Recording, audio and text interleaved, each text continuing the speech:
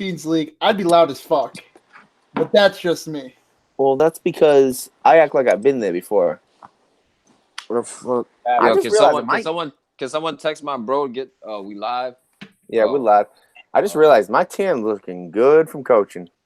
You know, you got my haircut recently because the hair is not bad either. Thank you. I mean, if Liverpool wins the Champions, I gotta look good, you know. Yeah, All right, I'll stop all this, bro. I'll stop all this right now. Why don't you pull that sweater up, expose Fat Huss for who he is? Damn, bro, you're going at his life. Bro. He just won the Champions. You want to hear that one? Is that what you want to see? Is that what you want to hear? Yo, what? Huss has a shirt with a quote on it? Yo, I need that, bro. Where'd you get that? If you listen, you'll learn. Where'd you get that? That was on the PFC shop for a while. All right, well, we need to get the shop back going because I need a quote of mine, and that's going to be Lukaku's garbage. So you want to open up the shop just so you can have your own quote on you. Yes. And that's a horrible quote, too. It's not even a good quote. First off, this is a great quote. You're talking about mine? We need to get a quote. People can't really see you. Why don't you say what the quote is? We need to get a quote with Huss that says, when it comes down to it. That's the quote you need on his shirt. That's a good one. I got I have a lot of quotas. Yeah, we're gonna spell quadas as well. That's another one spelled QWUAARTER. No, TA at the end. Quada. Anyway, ladies and gents, PFC special here for you. Hope everyone's enjoying their Mondays. Well, we're here to give you, some light. Just to ease up your day a little bit here. This is the Champions League final special right here. Nah, don't worry about Europa League. This is the Champions League special. 4-1, great game. Yeah, okay. Nah, don't worry, Bert, you missed it, but we gave it to Tom, bro. We gave it to Tom. You can see he's got a little scar right there on his forehead from the beating we gave him, me and Tiki. Nah, actually, that's from when I was over your cousin's house, and she got a little aggressive, Well, I'll tell you what, I've got like 40 cousins, so you can take your pick. All right. Jesus. I almost went to your mom there, but I hesitate. I was like, I'm gonna chill out with the mom. You can't handle my mother, bro. You wouldn't be able to handle her. Is that a challenge? Do you want me to try bang your mom? Because that's a challenge. I'll say this. I don't back down from challenges, if you can pillage my mother's sacred area, then you deserve an award because that woman is a trooper. What? All right. Oh Bets my on. God. my God. All right. But let's get into it. PFC 299. PFC 299. Champions League review. Liverpool 2. Spurs 0. Listen, this was a boring ass game to watch. Chill. Hold on 1 second. Keep going in. Give me 1 second. Chill, bro. Huss, man, how do you feel, dude? It's weird. We were at your brother's house to watch the game. I was kind of talking with him afterwards where I was saying I'm excited, but I wasn't going over dramatic with that excitement at the end of that game because there was so much buildup and excitement with the Barcelona game that coming into this, it was, if we win, we did what we expected. If we lose, I'm going to be sad. So we won. Great. Awesome. That's good. And there was no dramatic goals in this game. Tom, hold up, Huss. You were waving a towel around your head, flying around trying to slap me in the face with a hand towel. What are you talking about? I was calm. You were fucking jumping onto your pants. What the fuck are you talking about? All right. So I did have a hand towel. I was kind of swinging around, and I did kind of put it in his face. Hobby horse around the kitchen. Yeah, okay. Technically, I was hopping around and running around the house. But, Al, if you think of like a Champions League final winning, you think that was as far as I would have went? I feel like there was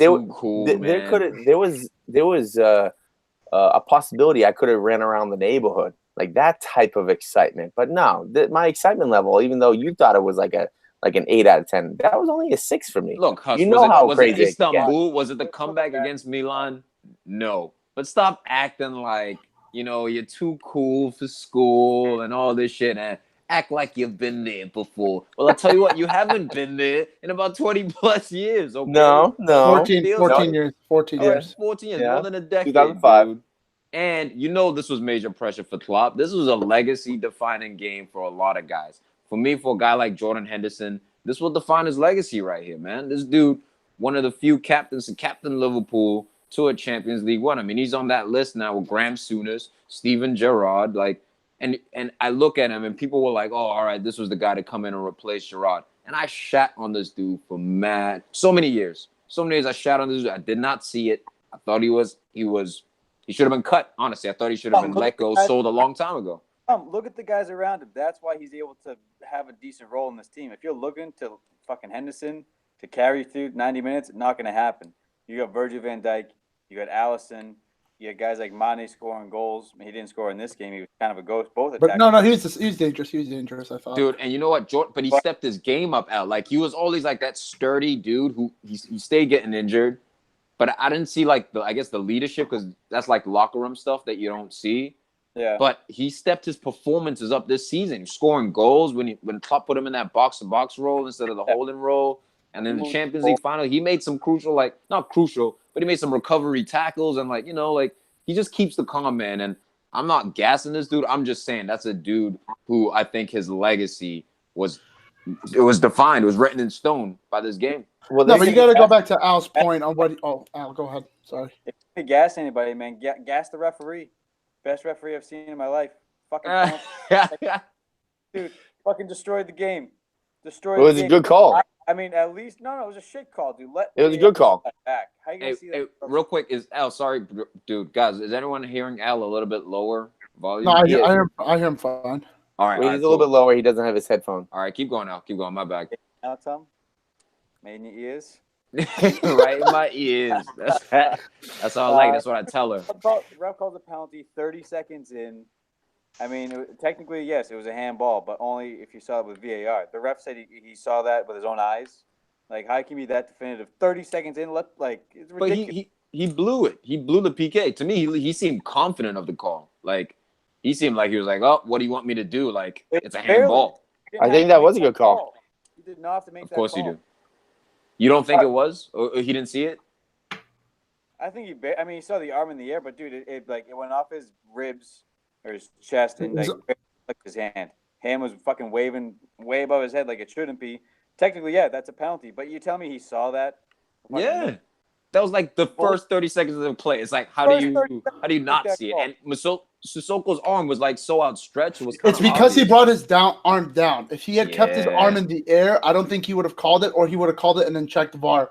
But because you can see on the trajectory of the ball changed. No, but it hits his armpit, which I don't think is technically a handball because he's pointing, which is in a natural position because he's organizing his team.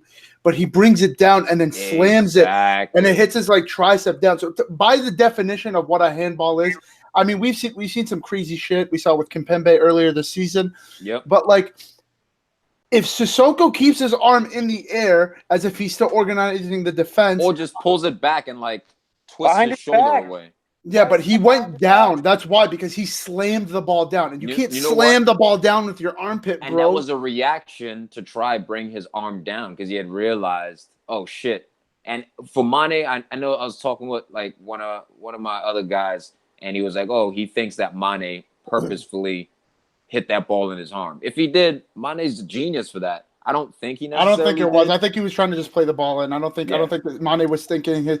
But at the same time, his arm is still technically in a natural position when it's up here. No, I know. When he's like this, when he's pointing, that's not natural.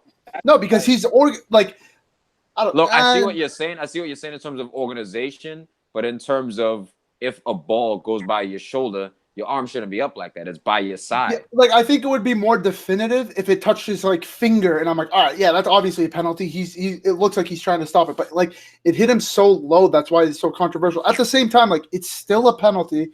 Was the right call, but the only thing is I agree with Al is that it just ruined the game just started. Guys, it literally just started. Classic Spurs, man. Who else? Who else would set you up so beautifully, Huss, you lucky bastard over there, right? Just winning a Champions League final. Spurs they cushioned it for you, man. To give up a PK in the first 30 seconds, that's a choke artist move right there.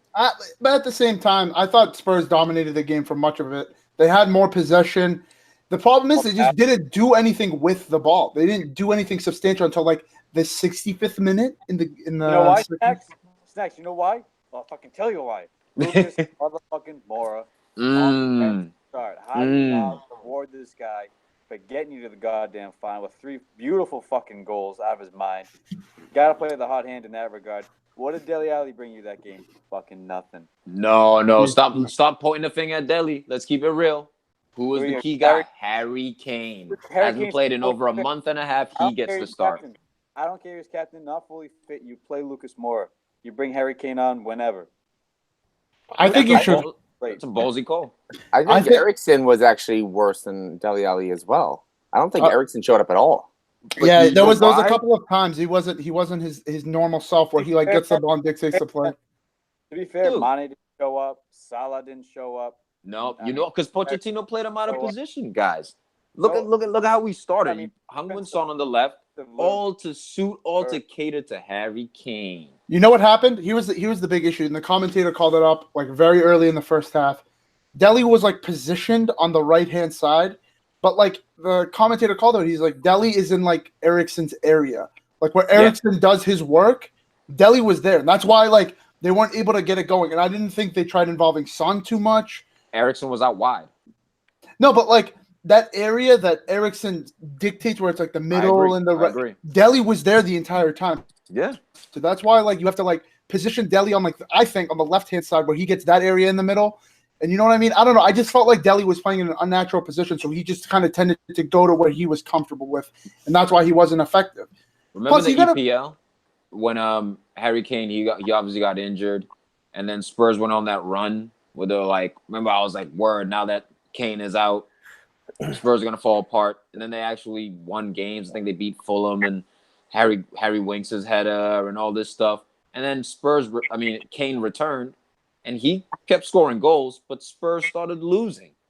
Remember that stretch? Yeah, okay. So going back to what similar. Snack says, when he said that Spurs were basically dominating most of the game. No, I don't think they were dominating. Because I think by the stats. Because basically, look, did Tottenham have possession? Yes. Because Liverpool changed up their scheme. Usually it's just rock and roll, press. They came back and had like a half-field press. They parked the bus. Once we get over half.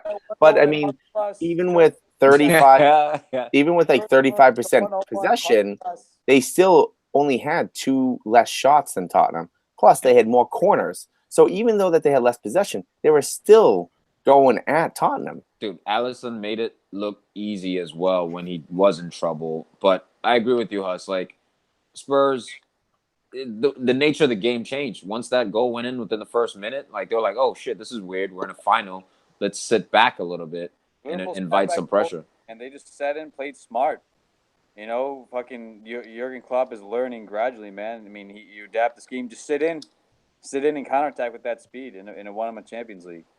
And Liverpool's a better team at countering too. And look, I mean, they're a better team everywhere, honestly. This is the 4th final that Klopp has been in. He had the 2016 League Cup, the 2016 Europa, 2018 Champions, and then 2019. Wasn't he in the Champions League? Wasn't he manager when they were in 2014? No, I'm just talking with Liverpool. Right now. Yep. So he has time to learn with this team, with this squad. Yes, the pressure was on him to win this because if he went 0-4, I mean that's a big deal, especially with 3 of them being major trophies. Okay, but would that make him not a great manager? Because here's the thing that's tricky. I know winning that's a stamp, right? It puts a stamp on it. But like I was saying, Jurgen Klopp was a great manager before he won the Champions League final. It's like you see a guy like LeBron James. Okay, it took him maybe like 8+ years to win his first ring, but you saw that this dude's gonna be one of the greatest of all time. Well, I think it separates very good and great. So if he didn't win this Champions League, he'd be considered very good. All right, then let me ask you that question. Now that you've answered that, and we all agree, right? He's great. Is he the best manager in the world? No. I think it still has to be Pep at the moment because they went head to head and Pep beat him. I think head to head. What about last year when Liverpool beat them in head to head? No, I'm talking about league and then also how many trophies did Liverpool come out with that season, Tom? Okay, well, how long has Pep been trying to capture the Champions League? Why hasn't he been able to capture the Champions League? And Klopp's been there. It's a second final in 2 years in a row, and they won it this year. We'll have to see, man. I don't know. And man. he's doing less with more. You got to look doesn't at. have the same budget as I Man definitely City. think it's like a Don't have the 1A, same talent. 1B situation. I think you just got to look at the overall resume and the overall. You got to look at everything compared, and I think Pep's just better. I understand that he's been trying to chase the Champions League. He's won it before, but like we argue, yeah, he won it with. Like you can make the same argument for like Luis Enrique, who won it with Barcelona. If Barcelona won it this year with Valverde, like you can make that same argument. Like, but like Pep is like domestically, like there's no one who even touches him. No if doubt. he gets that Champions League, it's undisputed he's the greatest manager in the world. And then he'll be the only one in the same breath as Sir Alex, in my opinion. Well, if you talk resume, I get it, but let's talk resume. You know, which clubs has Pep been to? Only the biggest clubs in the world, right? And if you want to look domestically, Klopp this year with Liverpool was at 1 point separation. So who's working with more? Who's working with less? Who maximizes the talent? So I think the big difference between Pep and Klopp is that Pep is able to get these people in the right positions to succeed. And I think that Klopp gets them in the right mental position to get these guys to succeed. So mentally, I think Klopp is the best manager in the world when it comes down to getting these guys motivated and giving them the confidence to go play. I think Pep is the best strategic manager when whether the formation, style play, and again, position on the field. I think Pep is the best in that manner. I think what separates Pep for me is the fact that he can rotate. And I'm not saying he doesn't have the pieces to make those adjustments and those changes, but like we saw with Klopp, he's had his starting 11 and maybe the midfield would be shuffled around. Whereas with Pep, you never knew who, other than probably Sterling. Like you could argue Gabby Jesus versus Aguero because he likes to play Gabby Jesus in certain games, but that right wing spot, for the most part, is usually free. Like, and that's just an example. I think the way he's able to get squeeze, like we talk about how Klopp squeezes the juice out of all these guys. I was going to say, because that actually helps Klopp in that favor because he has a lot less depth than. That's what I'm talking about, guys. So I don't think I know, but like we haven't seen Klopp manage. No offense, Huss, but a historical like A+ club. And what I mean by that is Liverpool now, I mean, you got to look at them as an A+ club, no doubt. You guys have mad history. I'm not denying that. What I mean is like the traditional since the 2000s. Like, I'll put it this way. Man U, like the way Man City has rose, you know what I mean, with all the recent leagues they've won. Real Madrid, Barca, Bayern, like Klopp hasn't managed there yet. So do you think Liverpool is one of those clubs for him? Because he's brought you guys back. He's got to into relevance. He's got to transform Liverpool into one of those teams, you know, into a team that's winning league titles, contesting Champions League, winning Champions League. If he wins a league title, at least one or two, then he's transformed Liverpool into that elite. That's pretty special. But here's the thing, going back to what I was saying about rotation, historically back on rotation, Klopp has never been a rotational guy. Even at Dortmund, like you always knew like the likes of Götze, Royce, Lewandowski, like those guys would start 60+ games, assuming they didn't get injured, a season. So, like, the reason why I bring up the rotation with Pep is because Klopp usually doesn't rotate his guys. Like, he has his team, and he plays them in positions, and he fields them so that... Rotated Firmino. Yeah, but Firmino was injured. He was... Origi. Yeah, Haas, you got to talk about this dude, man. He scored he's 3 shots in the Champions League this season, 3 goals. That was a great goal too, man. Like on the volley, was it? No, it was on the ground. One time left foot, clinical finish. You know what? So with Origi, I think that's great finishing. It was mostly right place, right time. Because if you take that goal out of it, he didn't have a very good game. Why would you take his goal away? No. What I'm saying is great finish. What I'm saying is, I mean, look, I've been reading all about him. And one person that has definitely gone after Origi is Pirlo. Pirlo is not having it at all with this guy, but he only passed 50%. He had 8 passes, and he gave the ball away half the time. But he came in as a late game sub. No doubt, and you know what? There was an opportunity. There was an opportunity before where they went down Spurs and they attacked. Go ahead, guys. Yeah, it was a great finish. I mean, but again, was that Matip that got the assist right there? Bro. Yep. Matip Yeah. What about balled- Matip? That's another dude you guys hate Let's on. talk about Matip real quick. Balled He had out. 14 clearances, more than any other player in the knockout stages. He was the busiest. I think he was the most. He's the player that rose to the occasion, shall we say? Because look, Allison, he's up there.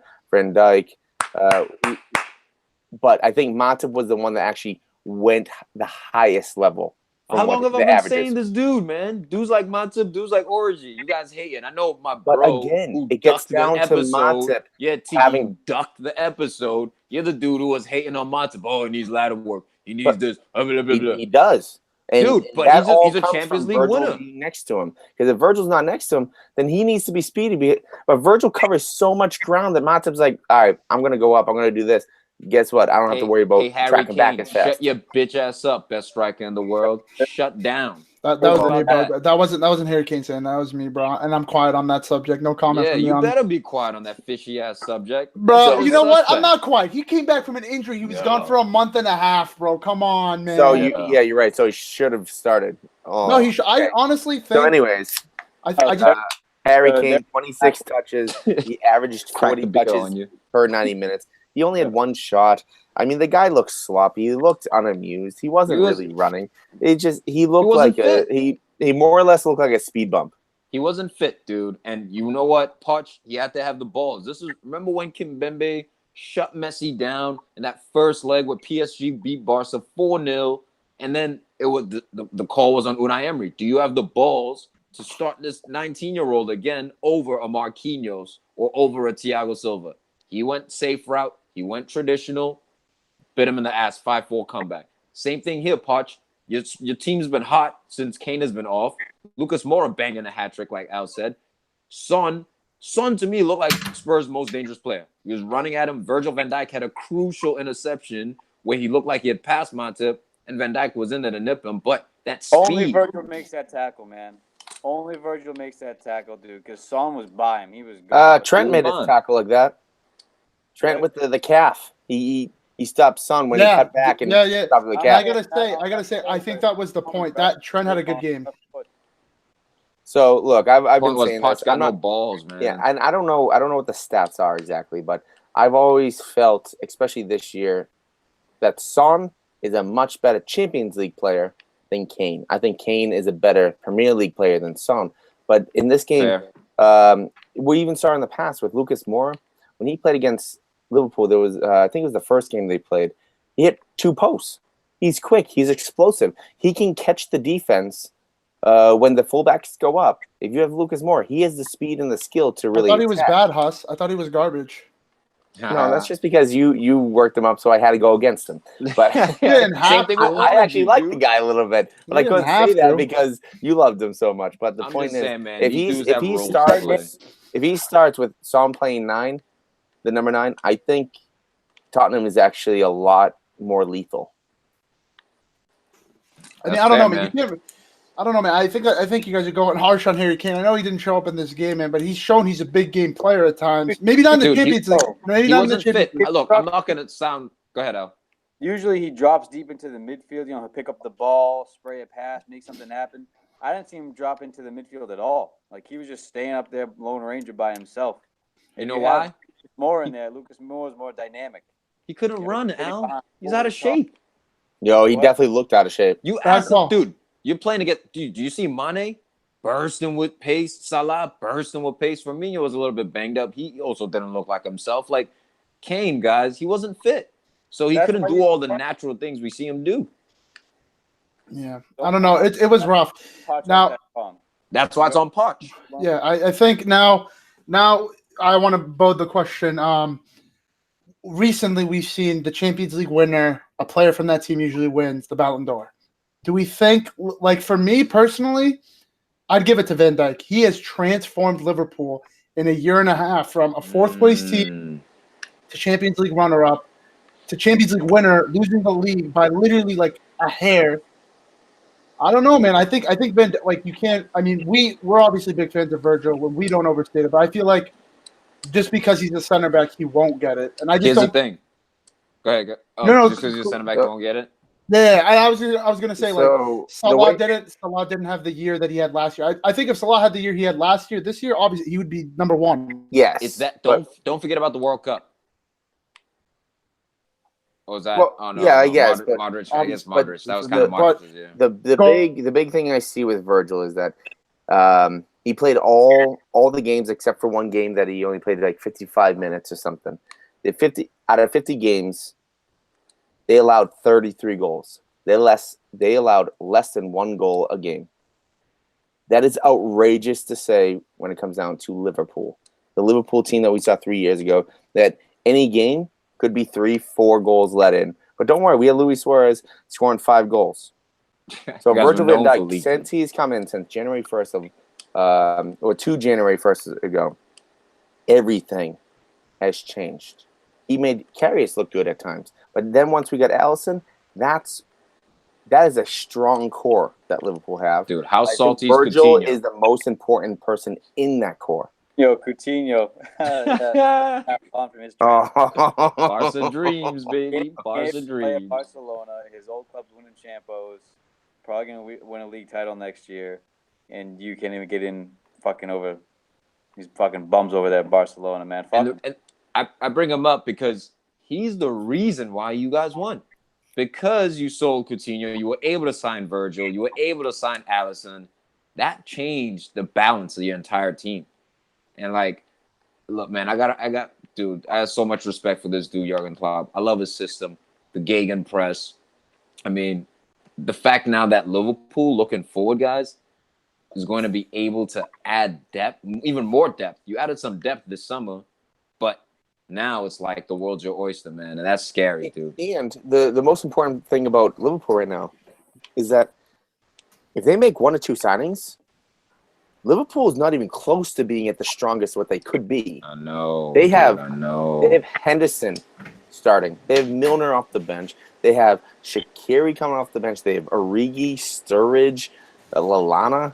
I'm talking about Firmino. Well, no, Firmino, I think he did. Well, Moreno. That's 7 players that they could easily upgrade on.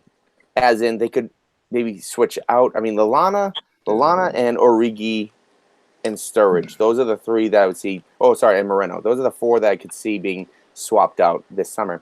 I'll say this house. Easy to upgrade on those players. I'll say this house. This is so we're looking at a Liverpool team that's only at 70% max, I would say.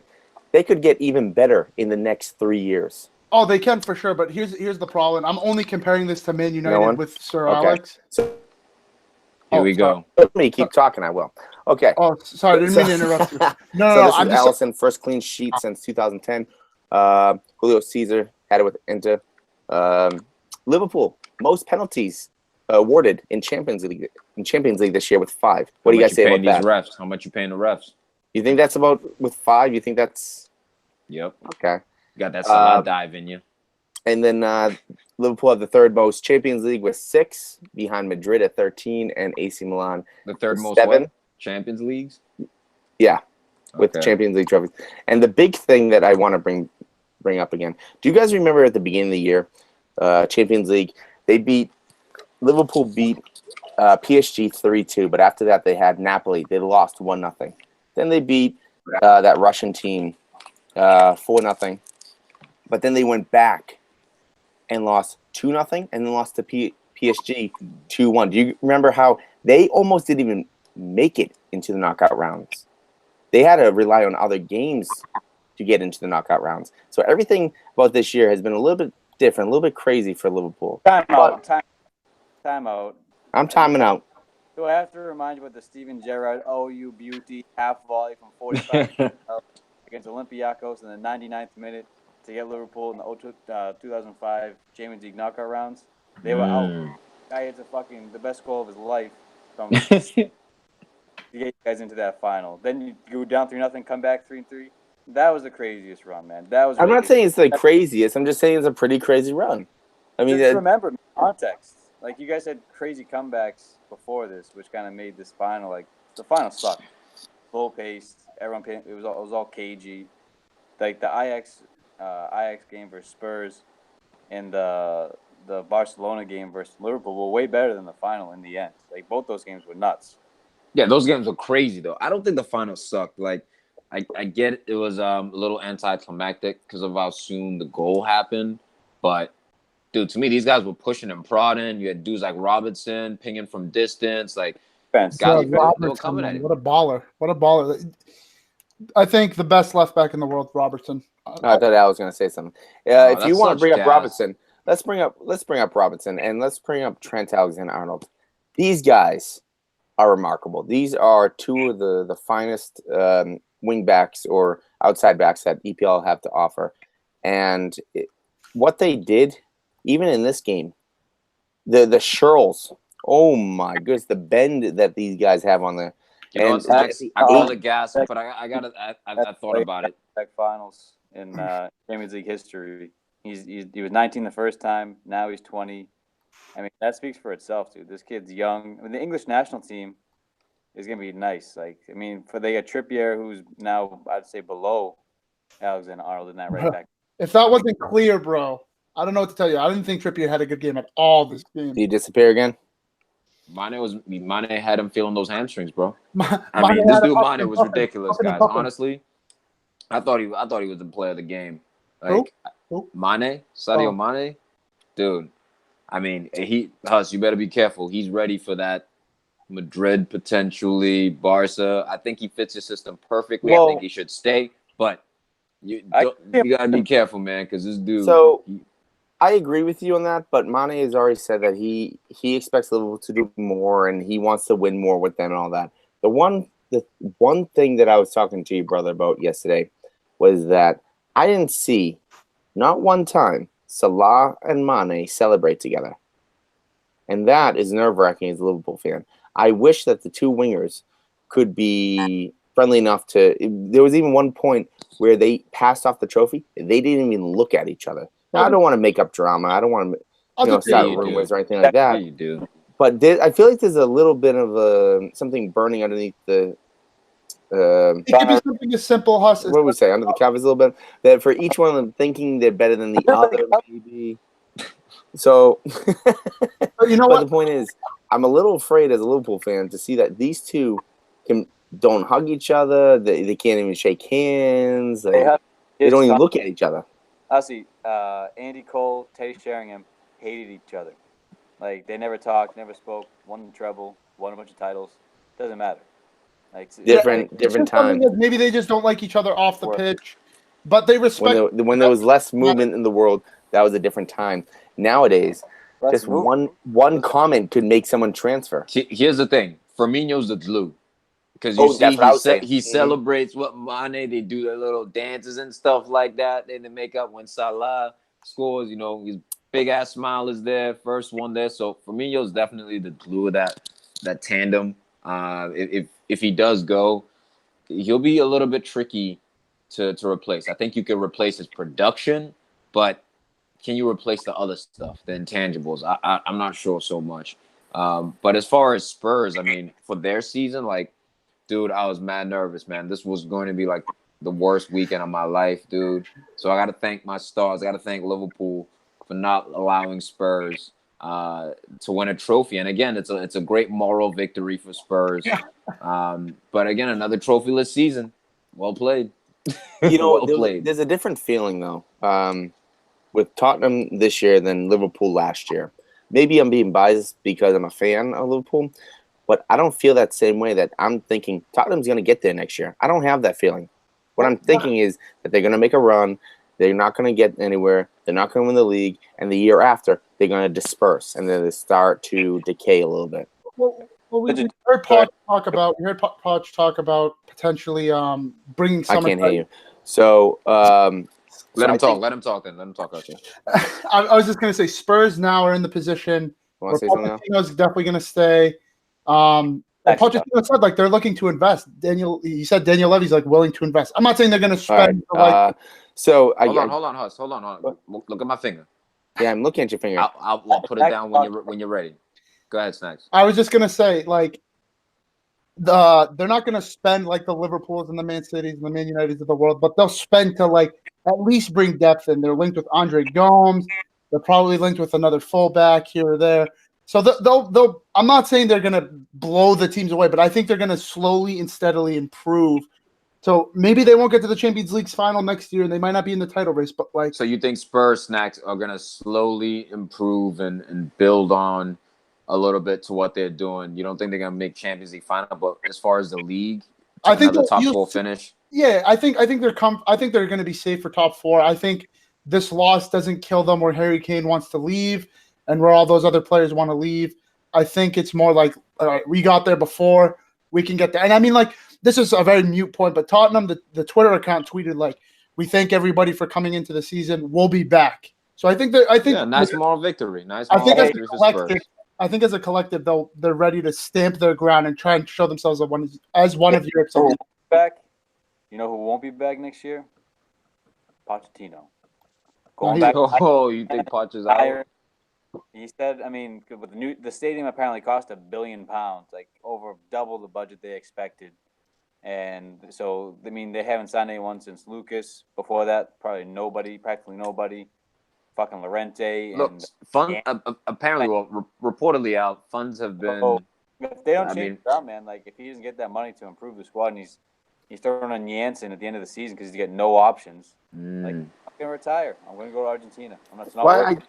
I think Poch is gonna be there next year. I really do, but I think it's only for one more year. I think this Champions League final gains him one more year together. And I'm talking about even Eriksen. I don't think Eriksen's going to Real Madrid. I think everyone stays for one more year. If they don't make it past this, or even get to the semis next year, or even finish top 2 in Premier League, that's when I see Eriksen. That's when I see Kane both leaving. Then I see Poch leaving. And then once those 3 leave, who the hell knows what happens? Spurs fall apart, Arsenal rise. Yep, like the sign of that. Just look at my finger. Tom, tell us to look at my finger, and it'll stay up, and then when I put it down, I'm done. I think if they don't improve and they're stagnant, that's when you see everybody leave. But if they're improving and they're still winning nothing, I think it's hard. You're throwing a little too much shade at the Spurs team because, bro, they didn't sign anyone. Like, they should not be in this position. They should not have made the Champions League final. Yeah, that's what I'm saying. It's a dope moral victory, honestly, and they made history.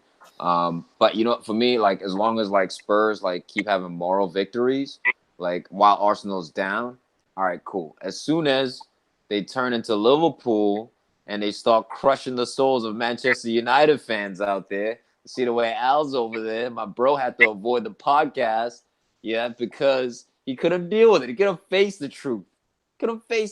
Man. Your arch nemesis has surpassed you to new levels now. They had already surpassed you, but now it's like they got the stamp on it. And that's what I could not take. Once they win the league, I'll agree with that. Until then? What do you mean? They won the Champions League. What are you talking about until they win the league? Well, you got to put on your home soil. That's not a good comment. That's not a good comment. They won Champions League. That means something. But the good thing about everything, you, bro, Manchester United had a chance to sign Klopp when Fergie left. And they said no because they went with Moyes. Imagine Manchester United going straight to Klopp rather than Moyes and LVG. What if? We're looking at a straight run right now. What if they would not have? Oh my goodness, that would have been awful as a Liverpool fan. Playing the if game again. I think the Champions League win definitely for the time being. I mean, obviously United's been down and out since 2013. Like, we haven't had a fucking solid season since.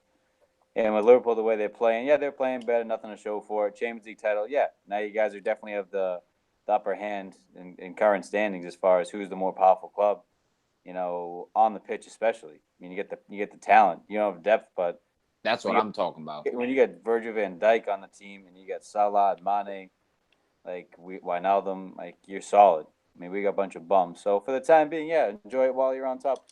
And something that actually aggravates me a little bit is that Klopp has already come out saying Liverpool aren't going to spend the way they did the last few years.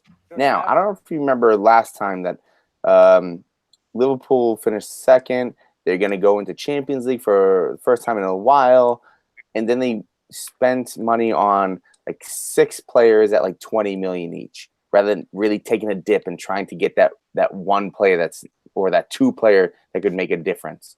Right now, Liverpool just won the Champions League. Try to dip in the transfer market and try to get that special player. This is the time that you do it. You don't try to get. What position? What I'm saying is, right now, you don't try to go get a special player when you're not making Champions League. You don't try to get a special player when you're finishing in the quarterfinals. And what position? I mean, this is the time that you maybe go for a Koulibaly at 120 mil, and that's the only player you go for all year. Or maybe you go for that. I mean, another player you could go for is Nicolas Pepe. He looks special, but he's not like that special player. You know what I'm saying? You need to go and look for that player that can make a difference right now. I like the Henderson back picture. I like the Koulibaly shout. But other than that, and again, like Matip, like a center back partnership is important. So I get Matip like by himself may not be the best guy, but he may be the perfect fit with a guy like Virgil van Dijk. I don't think he's perfect fit. No, I do not think that. I think there's a better fit out there, someone more athletic. Here's a little fun fact. Both of them are 27 years old. Okay. But yet Virgil van Dijk looks like 4 years younger than Matip. Matip, I thought it was like... doesn't? Yeah, dude. Virgil's way better than Matip. No, he doesn't. What do you mean? Matip's great to come off the bench at, probably third center back. Dude, this dude, look, you guys have the best defensive record in the EPL. Because of Virgil. You just won the Champions League. Because of Virgil. Virgil didn't do that with Lovren. Like, he wasn't doing Lovren that. Was hurt. But there was... If Lovren was fully fit, I wouldn't be surprised if he was starting. But again, he had half a year with him last year when he wasn't hurt. And you guys weren't pulling that shit. And I get it was their first time Lovren together. started most games. I believe Lovren started most of the games this year. And all they had a really good record. And at the end of the day, when it mattered, when you needed the younger legs, the guy to stay healthy, Matip was there. And we just talked about the performance he did have in the Champions League final. So it's not like Matip hit behind. Look, I'm not saying he's bad. I agree that Koulibaly could be an upgrade, but I think Lovren and Matip are like B+ players. But the thing is, this is the time you go try to get that A. When your stock is high, that's when you try to buy high. Don't try to buy high when your stock is low. I'm not mad at that. This is the time. Well, hold on. See what you can do in the transfer market. If you have to go, cash a couple checks, maybe sell a couple properties, whatever. This is the time you do it right now. This summer, you just won Champions League. This is the time that you try to go not only for Champions League next year, but for the league as well. Maybe a couple other trophies. Maybe you can go for FA Cup. Try to go for a treble. This team is a couple players away from going for a treble.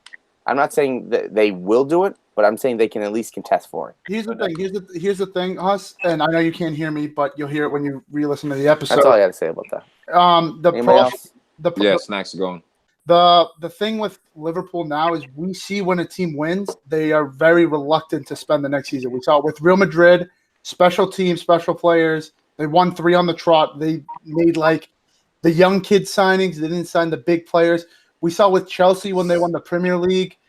They sold their striker and replaced him, but other than that, they didn't sign anybody to like come in and like improve the team after winning. So now your ownership has a decision to make. Other than Man City, with what we saw when they signed Mahrez for depth, and they didn't even sign anyone else other than that. They signed Mahrez. Like teams, Mahrez. That's how you say it in the Arabic accent. You don't see these teams spend because I feel like the teams are like, hey, well, we won with this team, and they're only getting a year older. And the thing that you said about Nicolas Pepe, like he doesn't look that special. Salah didn't look that special when you bought him. Mane, you could argue he could look special. He was an underground baller when he came in. But like, if you want to get these players like the Pepes of the world and these other players, you get them now just because you don't know whether they're gonna pop. Let's not forget, Pepe had 22 goals and 13 assists to help lead Lille, who had Jose Font starting at the back to a Champions League spot. Like, in terms of special, go ahead. But my thing is, like, you got Salah at right wing, right? So you bring in a Nicolas Pepe. As long as he's willing, like, to accept their role. Because, again, this isn't like FIFA where you could just, like, lie to players and then buy them and then not play them. Like, these dudes will leave. They will spoil the locker room. There is a sort of chemistry that needs to be built. And that's my thing with this Liverpool team. I'm not saying don't add to it, but I think Liverpool should add depth. Now, can they upgrade on Matip? For sure. That's why I like the Koulibaly feature. But you got to be careful, man. When you add certain guys and, I get it. Liverpool want to go on and dominate the world, but at the same time, just pick and choose your spots. I understand why they said they aren't going to be spending crazy. They spent $70 million on a center back, $60 million on a goalie, 35 on Salah, and how much Naby Keita, did he come in for free? Or No. He was they spent something like 200. They spent like 213 mil between the four players. Let's supplement and see, and then maybe after I feel like next year. But I see what you're saying, Huss. If they're not going to buy that top player, I'm fine with that. Then, if they get depth, because they need another right back, they need another left back because I think Moreno's out. There's a young center back in the Netherlands who's actually people are saying that he's actually rated higher than De Ligt, but he's 16. Ooh. I don't know his name at the moment. I'll see if I can find him in the next minute after I stop talking. But I read something about a young player that they said that it's going to be more like a Van Dijk, where Liverpool has been in talks with his agent or something. I don't know. I have to look into that. That's kind of Fugazi's statement I just said, but I'll find out that. Sorry about that. Because yeah. But again, find another center back. Maybe another center midfielder to take over for Lallana. Ox is coming back, which is going to be great. But then we also need another forward. And there's Max Cruz coming. Origi, bro. That's your forward. Relax. He scored 3 goals in the Prem, 3 goals in the Champions League. Yeah, he didn't get rotated that much. That's big goals. He scored big goals. I'm taking the last goal. I'm giving that last goal against Barcelona that Origi had. I'm going to give that to Trent. That's actually Trent's goal, not Origi's. Okay, what about the goal he scored in the Champions League final? No, that was good. That was good. Okay, what about the one he scored in the Merseyside derby? The one that hit off the crossbar? Yeah, Pickford twice. I'm just saying this dude has a role to play at Liverpool. No, that's fine. If you want to stay, that's great. No, I'm not saying he's going to get look, Sturridge is leaving before him. I'm not saying get rid of him completely. But I'm saying there's another guy that's looking at, Max Cruz, whatever, from Germany. Werder, what's that? Oh my Raymond? God. Yes, sorry. My mind is trash right now. But yeah, he's on a free. Trash. Yeah, right. He's on a free. Might as well bring him in. Then you got Rabiot. We talked about him earlier. He's on a free. Maybe go the Juventus route a little bit. Look at these players that are free. Maybe bring them in. Thirsty. All right, fellas. Let's wrap it up, man. Any closing statements here, Huss? Oh, Al. Cool. Sucks. The salt is real. Yeah, I don't know if I'll have enough time to find this kid that. Give him a shot next episode, because I remember people when Donnarumma came out, and people were like, well, there's another 15 or 14-year-old who's rumoredly better than him. I'm like, all right, let's chill out on that. Like, these dudes are kind of generational type players, so. All right, I think I might have found him. Maybe. So you guys. What the what is that? I think I might have found him. Maybe, bro. All right, bro, you're done. Cut off. Spurs choke. Champions League 2019. It's a wrap. Classic. Thanks for being yourself, Spurs. Yeah. Great. Oh, you might already be on Liverpool. Oh wait, no, maybe that's not the guy I was thinking about. Anyways, it's a great feeling to see Liverpool win. It's a great feeling for me. It's also good because next year it's gonna be strange. I'm gonna have Champions League highlights and Champions League reviews by myself because neither United or Arsenal in there. So it's gonna be the Hussy hour, the Huss hour, or the hour of Huss. I don't know. Yeah, we'll bring him Fareed back. Guys, I want to put you in your place. You guys hit us up. What should my title be next year when I have the Champions League hour by myself? God, dude. Could be Champions League hour brought to you by Huss. I don't know. You guys let us know what the title should be because it's all gonna be me. That's a shitty sponsor right there. Brought to you by Huss. That's pretty shitty right there. All right, PFC Nation. We love you. We'll see y'all out there. Champions. Keep subscribing. Check out Facebook out, Instagram, all that good stuff. Hit us up on Twitter. We out. Champions, champions, champions, champions.